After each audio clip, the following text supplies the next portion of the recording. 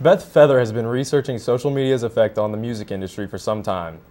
Beth, what has been the best example you have found of social media's positive influence? Well, first of all, I think that social media in any company or industry is difficult to implement because there's so many different tools, and you need to know which one to use at a specific time to get across a specific goal that the company has.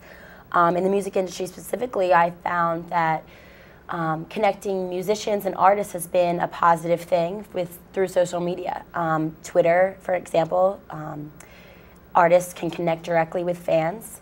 In other respects, collaboration directly with fans has taken place on groups, albums such as Radiohead.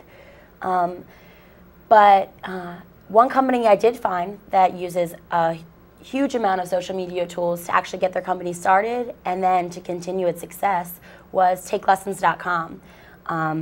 This site offers music lessons and singing lessons for over 2,800 cities in the United States. And the best thing they have done is to use a multitude of tools for different goals.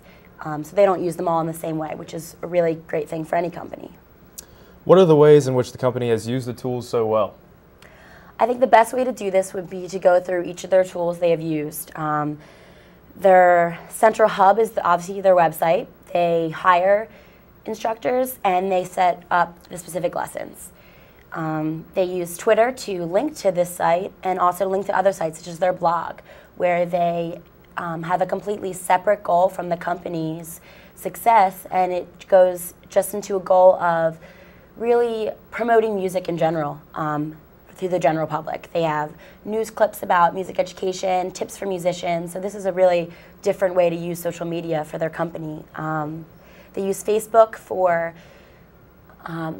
client interaction, so once you have lessons with them, go on Facebook, interact with people you might not ever have had contact with, which is a great thing about social media again, because you're connecting with people you might have never had the chance to do that with before.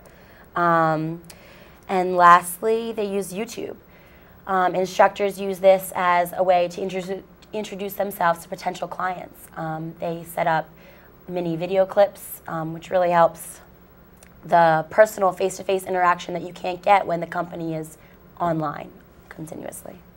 Well, this company really seems to understand social media. Yeah. Do you see yourself taking lessons with them in the future? I actually did mention this in one of my blog posts on my blog. And Stephen Cox, one of the founders of the company, commented back to me, which also just goes to show how much they are in the know of social media. They're monitoring who's speaking about them. So that's pretty interesting as well. Well, that's all for today's program. Thanks so much for being here with us, Beth. Thanks for having me.